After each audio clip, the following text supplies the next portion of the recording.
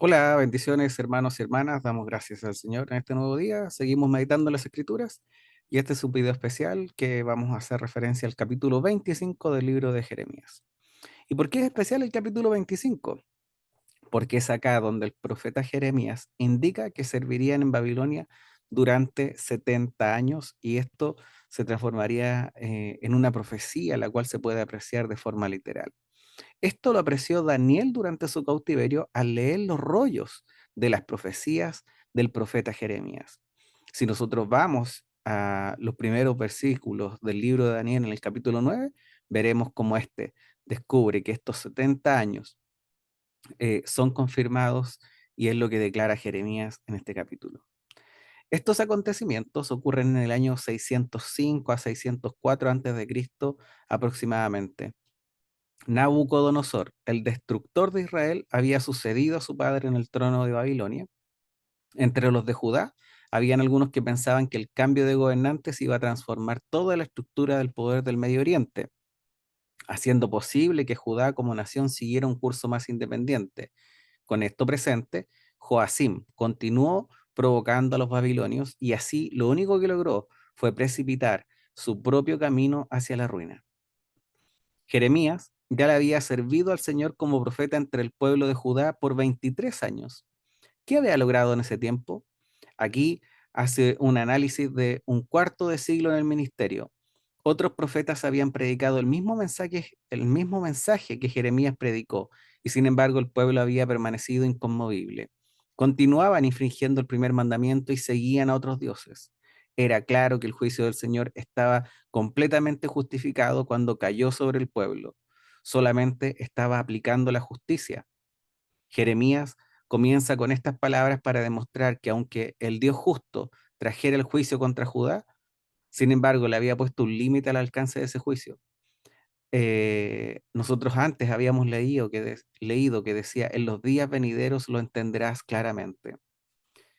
Con las palabras de este capítulo, el Señor le dio una respuesta parcial al desafío que Jeremías había pronunciado anteriormente en el capítulo 12 cuando leíamos que decía, ¿por qué ha prosperado el camino de los impíos y la pasan tan bien todos los que se portan deslealmente?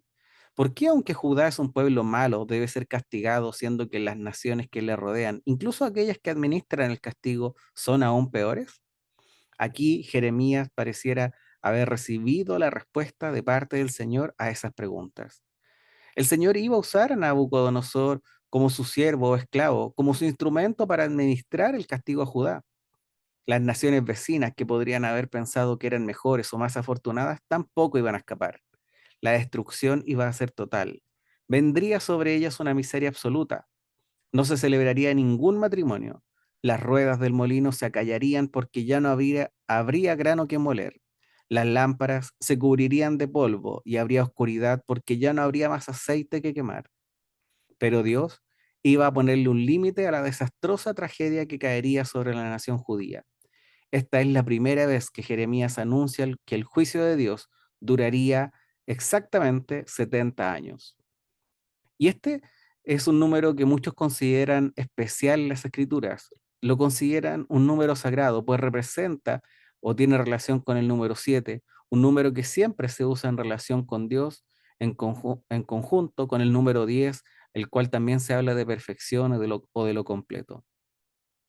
Así, en el tiempo señalado por Dios, cuando Él lo decidiera, libraría a Judá del exilio y al mismo tiempo castigaría a los caldeos por su impiedad.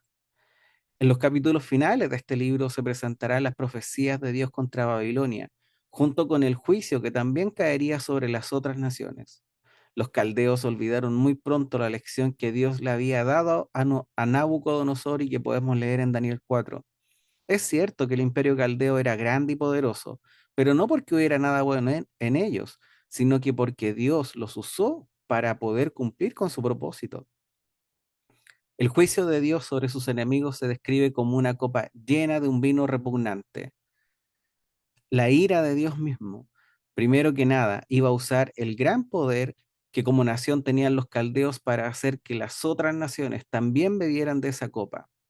Luego, obligaría a estos mismos opresores a que bebieran también hasta la última gota de la copa del furor de Dios.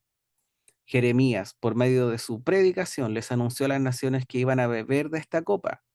Y para confirmar la verdad de su mensaje contra las naciones, el profeta les iba a entregar el juicio del Señor, escrito en rollos, a los embajadores que se encontraban en Jerusalén. Jeremías coleccionó estas profecías contra varias naciones en estos últimos capítulos que vamos a leer en este libro. Todos habrían de beber la misma copa. Nadie iba a poder escapar. Y eso es lo que vamos a leer en este capítulo 25. El juicio de Dios comenzaría con Judá y con Jerusalén. De allí se extendería cada vez más hasta cubrir todo el Medio Oriente. A Egipto se le menciona a continuación por la razón de que muchos, incluyendo a muchos judíos, huyeron tratando de encontrar en Egipto un refugio para escapar del poder de Nabucodonosor. Pero se engañaron, porque este país no podía ofrecer ninguna seguridad, ya que también iba a caer bajo los ejércitos invasores de Nabucodonosor. También caerían todas las naciones aledañas a Judá. Uz, quizá localizada en el desierto de Arabia, Edom, Moab, Amón, Tebas, Filistea, Tiro y Sidón. Los poderosos ejércitos de Nabucodonosor caerían sobre los que estaban en el norte, el sur, en el este y hasta Elam y Media, tierras que estaban al este de Babilonia. Y finalmente, la misma Babilonia, el imperio destructor de todo, bebería de la misma copa que había forzado a muchos otros a beber, porque el Señor, quien controla todas las naciones, es quien trae juicio sobre ellas. Nadie puede jactarse delante de él. Pataleando y chillando como un niño que se resiste a tomar una medicina amarga, las naciones se resistirían al juicio del Señor. Con todos sus poderes y estratagemas, lucharían para no someterse a ese juicio. Pero el Señor ya había dicho, bebed y embriagaos. Si tenía que castigar a Jerusalén, la ciudad que había escogido para rebelarse y que llevaba su nombre, con mucha más razón habría de sentir la ira divina a las naciones que no podían reclamar el más mínimo favor de Dios, como Pedro escribió después en Primera de Pedro, capítulo 4, versículos 17 y 18. Es tiempo de que el juicio comience por la casa de Dios, y si primero comienza por nosotros, ¿cuál será el fin de aquellos que no obedecen el Evangelio de Dios? Y si el justo con dificultad se salva, ¿qué pasará con el impío y el pecador? La visión de Jeremías se amplía desde el juicio del Señor, aplicado mediante Nabucodonosor contra las naciones vecinas, y finalmente contra los babilonios mismos, fusionándose en una visión del juicio final de Dios contra el mundo entero. El Señor ejecutaría su juicio con una fuerza incontenible. Jeremías amontonó una imagen tras otra hasta hacerlas comprender la certeza y el terror del juicio final. Dios usaría el poder de su palabra, su voz poderosa, para lograr su propósito. Como los que gritando y pisando alborotan las uvas para sacarles el jugo, así el juicio del Señor aplastaría la vida de las naciones y acabaría con toda su resistencia. Los gobernantes de las naciones, los pastores, llorando y lamentándose, permanecerían impotentes ante este juicio. Como el león que está decidido a encontrar su presa, el Señor llevaría a cabo su juicio hasta el amargo final. Nadie escaparía. Hasta el impío, tan próspero ante sus propios ojos y a los ojos de los demás, iba a pagar el precio de su impiedad hasta el último centavo. El Señor le abrió los ojos a Jeremías para que viera claramente y entendiera el fin del impío. Desde Jerusalén y Judá hasta los confines más remotos de la tierra, en una especie de marea incontenible que todo lo inunda, así avanzaría el juicio del Señor. Pero llegaría el día en que la marea de este juicio que lo invade, todo se convertiría en una creciente vivificadora llena de buenas nuevas. En los días venideros, el Señor actuaría con su gracia en Cristo Jesús y le daría vida en abundancia a las naciones. Cuando estaba a punto de ascender a los cielos, nuestro Señor dijo, recibiréis poder cuando haya venido sobre vosotros el Espíritu Santo y me seréis testigos en Jerusalén, en toda Judea, en Samaria y hasta lo último de la tierra.